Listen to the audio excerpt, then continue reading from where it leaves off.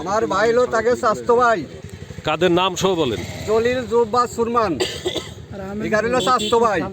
ওরা বানাইছে আপন ভাই, আপন ভাই বানাইয়ে এই রেকর্ড করে গেছে। এই সুমান এই রেকর্ড করে গেছে 5 ভাই মিলে। ওখানে একটা বোন ছিল, বোনের নামেও দিয়ে গেছে। আর আমার বাপেরে দিয়ে গেছে 28 শতক জমি 62টি। বাপে হইলো 65 শতক, দিয়ে গেছে 28 শতক।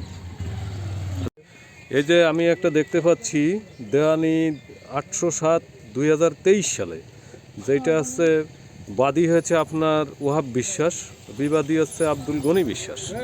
আসলে এইখানে এই জমিটা আপনার পিছনের যে এখানে আপনি উঠেছেন, এই জমিটা কিন্তু ইনজেকশন দেওয়া 144/45, যেটা আদালত রায় না দেওয়া পর্যন্ত উভয়ের প্রবেশ নিষেধ। সেই ক্ষেত্রে আপনি কিভাবে প্রবেশ করলেন এটা একটু বলেন। আমি প্রবেশ করেছি, আমি এই জায়গায় বাড়ি বানাইছি 3 মাস। 3 মাসের পরে এসে নোটিশ দিয়ে গেছে। তাহলে 2 মাস পরে এসে নোটিশ দিয়েছে আপনি কিছুদিন আগে। আমি মিথ্যে কথা করছি?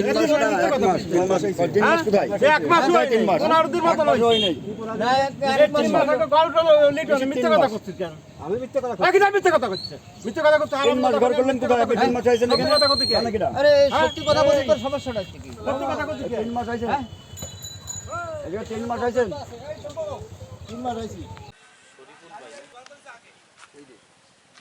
একটা লোকের কাছে বর্গা দেওয়া ছিল, তার কাছ থেকে জবরদখল করে এই লিটন বা শরীফুল জবরদখল করে এই জমি চাষ করে ফসল নিয়ে যায়, বা এই জব্বারের আলাপালা আসলে তাকার কোনো পাত্তা বা তাকার কোনো স্থান দিচ্ছে না। ভয়ভীতি তো দেখাচ্ছি, পালি খুন করে ফেলবো, ঠ্যাং কাটি নেবো, এরকমের ধরনের কথাবার্তারা শোনা গেছে বা পাওয়া গেছে।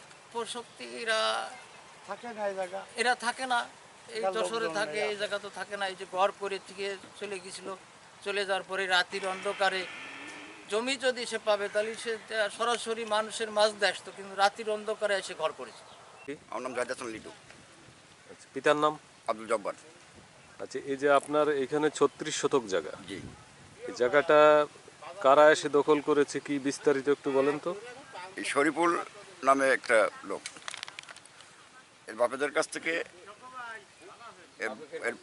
এর বড় ভাই আর মা অভিভাবক হয়ে 70 সালে সকলের নাম আছে অভিভাবকের ভিতরে। 70 সালে দলিল করে দেয় আমার বাপের কাছে। সেই থেকে আমরা জমিটা ভোগ দখল করে খাচ্ছি। এই গত 23 সালে এসে জমিটি ও দখল করে হ্যাঁ বর্গা নেছে। বর্গা নিয়ে বর্গা চাষ খেয়ে ফসল দেয় না। কী ব্যাপার ফসল দেয় না কেন? কয় জমি আমরা আমাকে জমি। তখন সালিশ বিচার করা হয়েছে।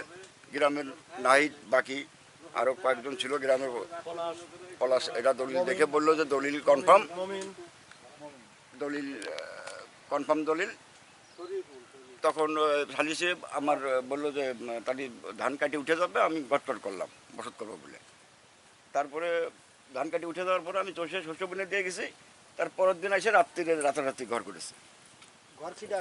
ঘর আমি করি, কিন্তু ওই একটা ছাপলা রান্না ঘর করে বসত ছিল। এইগুলো কি আপনার করা ছিল? আমার করা ছিল এই ঘরটা, আর এই পাশে ওরা রাতের অন্ধকারে আচ্ছা, এখন কি এই জমির মানে আপনাকে প্রবেশ করতে দিচ্ছে না?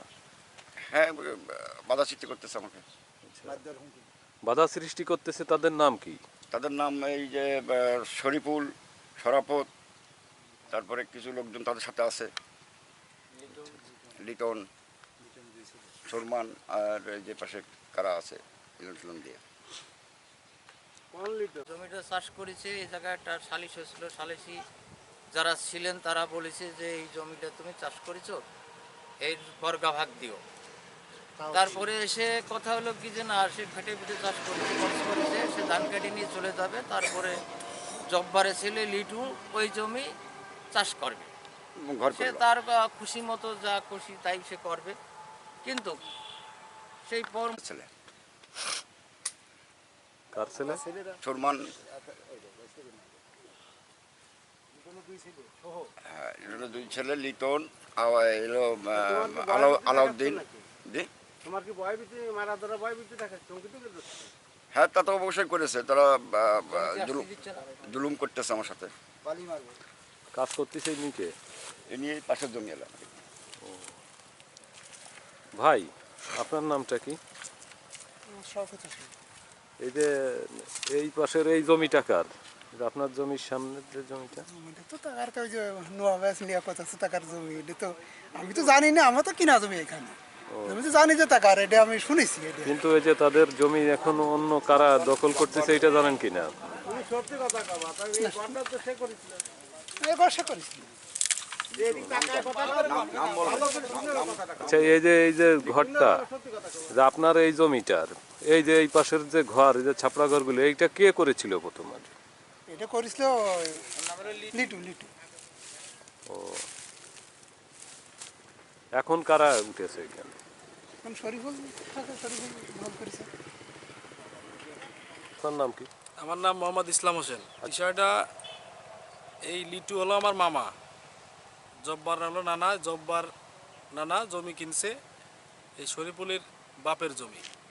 শরীফুল্লাহ তখন ছোট, 70 সালে এই জমি শরীফুলের বড় ভাই ওয়াব, শরীফুলের মা এবং ওর বোনরা নাবালকের অভিভাবক হয়ে ওই জমিটা রেজিস্ট্রি করে দেয়। রেজিস্ট্রি করার পরে এই জমিটা দখলেও ছিল, মানে চাষও করতো জব্বারের ছেলে লিটুরা, ওরা ধান টান নিত, এটা এলাকাবাসী সবাই জানে। হঠাৎ করে যাদের কাছে বর্গা ছিল ওদের কাছ থেকে যে দখল করেছে শরীফুল, এরা একটা ক্রিটিক্যালি ব্রেন দিয়ে এরা ছাড়াই নিয়ে ওরা জমিটা বর্গা চাষ করার কথা বলে নেয়। বর্গা চাষ করার কথা বলে নেওয়ার পরেই ওই জমিটা আর ফসলাদি দেওয়া বন্ধ করে দেয় এই জব্বারের ছেলে লিটু। এরকম চলতে থাকলে এলাকায় এই লিটু যশোর থাকে, এলাকায় ময় মুরব্বী কয়েকবার বসাবসি হয়েছে, কাগজপাতি দেখাতে কি হয়েছে। এই শরীফুলের কোনো কাগজপাতি নাই, কারণ ওর 62 রেকর্ডের পরে ওর বাপের জমি, বড় ভাই এবং ওর মা, ওর বোনরা সবাই নাবালক যারা ছিল ওদের পক্ষে জমিটা বিক্রি করে গেছে। কিন্তু এখানে আমি আমার মামা বাড়ি, যেহেতু মামারা বিপদে পড়েছে, আমি আসছি এখানে। আসার পরে দেখলাম এই শরীফুলরে অন্য কেউ টাকা পয়সা খায় এই শরীফুলরে রাতের অন্ধকারে আমার এই লিটু মামা এখানে বাড়ি ঘর করছিল, যে এই ঘরটা করছিল, এরে খেদাই দিয়ে কিছু লোক টাকা পয়সার বিনিময়ে এই শরীফুলরে রাতের অন্ধকারে এই জায়গা ঘর উঠে দিছে। এখন এই ঘর উঠানোর পরেও গ্রামের মুরব্বীরা, এই যে ময় মুরব্বী, এনারা গ্রামের মাতুব্বর আরও অনেকেই ছিল, তারা এখন কাজের জন্য আসতে পারে নাই। সবাই কাগজ দেখে সামাজিকভাবে জব্বার বিশেষ ছেলে লিটু তার পক্ষে কাগজে যেটা বলে তার পক্ষে রায় দেয়। আচ্ছা, এখন এটা নিয়ে কোর্টে লিটু কি মামলা করেছে কিনা? কোর্টে এই শরীফুলের বড় ভাই যে ওয়াব, এ একটা মামলা করেছিল, রেকর্ড সংশোধনী মামলা। সেই মামলাও এই শরীফুলের আপনার বিপক্ষে গেছে। তারপরেও এরা এই বিভিন্ন কোর্টে একটা দরখাস্ত। লিটু বিশ্বাস কি কোনো মামলা করেছে? একটা ইনজেকশন করছিল, ওর দখল হয়ে যাচ্ছে, ঘরবাড়ি করে ফেলতেছে, এই জন্য এই ইনজেকশনে মহামান্য আদালত কি পদক্ষেপ নিয়েছে? এই পক্ষে লিটুর পক্ষে রায় দিয়েছে এবং পরে ওরা আবার একটা আপিল করেছে, কিন্তু ওরা হাজিরা দেয় না, ওরা যায় না কোর্টে, ওই যাচ্ছি যাবানে কাগজ উঠোবানে। তার মানে আপনি বলতে চাচ্ছেন যে এটা 144-45 ধারা হয়েছে, হওয়ার পরেও তারা বেআইনি ভাবে এখানে প্রবেশ করেছে? বেআইনি ভাবে, সম্পূর্ণ বেআইনি ভাবে, এবং এলাকারবাসী সবাই জানে। এখানে ইনজেকশন জারি হয়েছে, ইনজেকশন জারি হলে তো জমিতে কেউ আসতে পারবে না। দেখুন আমার যার জমি সে আসতেছে না, ওরা কোন বলে কোন শক্তিতে ওরা এখন পর্যন্ত এখানে ঘরবাড়ি উঠে বসবাস করতেছে। আপনি মিডিয়ার মাধ্যমে কি চাচ্ছেন? আমি মিডিয়ার মাধ্যমে বলতে চাই, এই যারা গ্রামের ময় মুরব্বী যারা আছে, তারা সবাই কিন্তু কয়েকবার সালিশ করে পক্ষে দিয়েছে, এই সালিশ মানে নেই। আমি মিডিয়ার মাধ্যমে জানতে চাই এই ভূমিদস্যুর নিয়ন্ত্রণকারী কারা, এদের সঠিক বিচার আমরা চাই।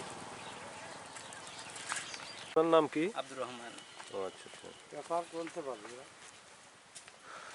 আচ্ছা দর্শক, আমি এখন